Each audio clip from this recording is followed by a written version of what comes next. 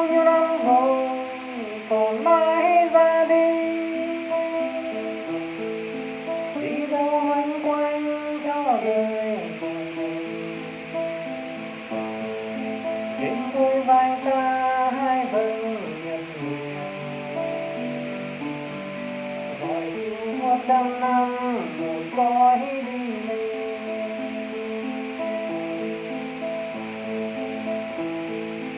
Lời nào của cây, lời nào bằng đôi, một điều đổi thay lời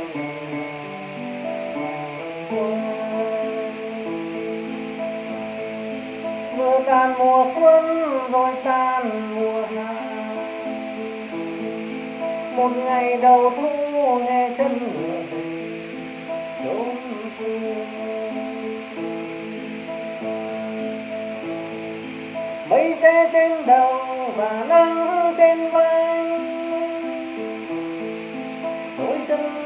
ta đi sông lòn hồi lại, con tình yêu thương vô tình từng gọi, lại thấy trong ta hiện bóng con người.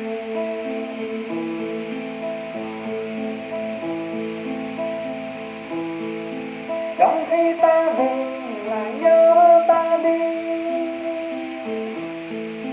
đi lên non cao đi về biển rộng,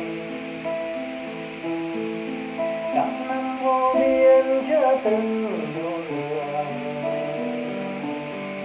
chẳng biết nơi nào là chốn quê nhà. Đường chạy vòng quanh một vòng tiêu thủy, một mùa có nhiều thơ mộng ngày qua.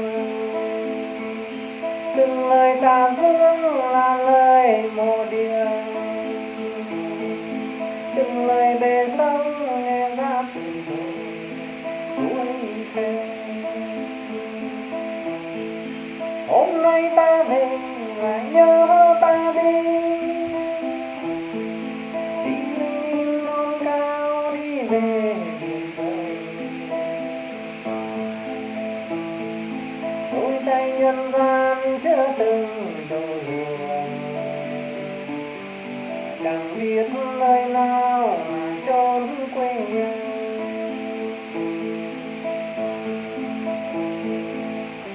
Đường chạy vòng quanh một vòng tiêu thủy, một vợ con một vợ mộng ngày xưa. Từng lời ta vương là lời mồ địa, từng lời bề sông nghe ra từ đồi suối khe. Hôm nay ta về lại nhớ ta đi, đi lên non cao đi về biển trời, đôi tay nhân gian chưa từng độ lượng,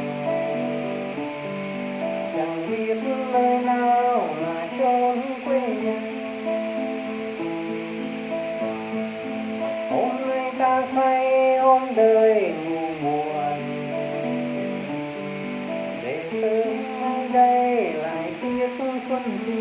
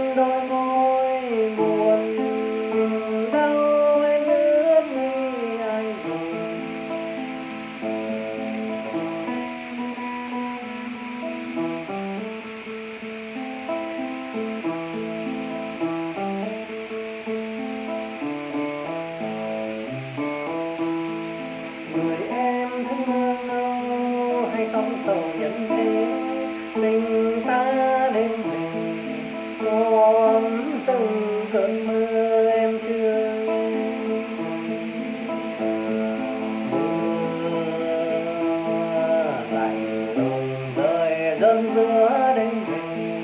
nghe nào về kéo dài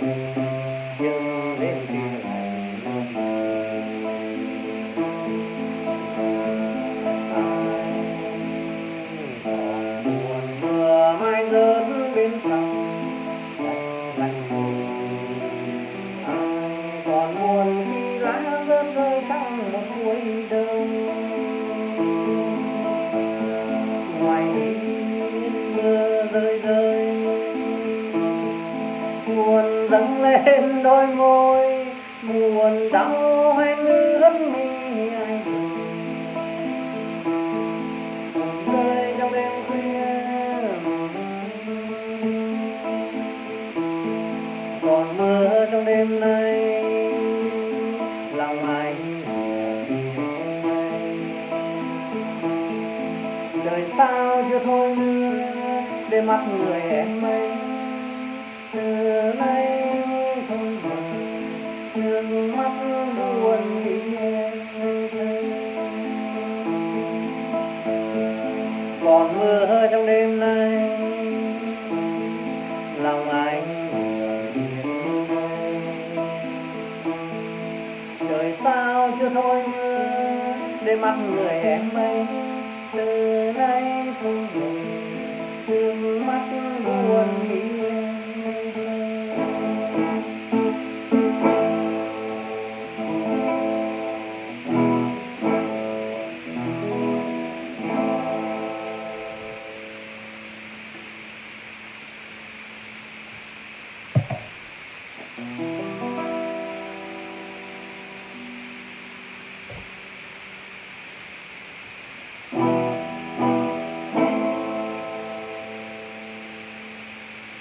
Gdo cheli ba Disneya Oplopsi zemi Zavzene Neplaskoma Ai holasku Vizim sikazen Sebe veviku patna flet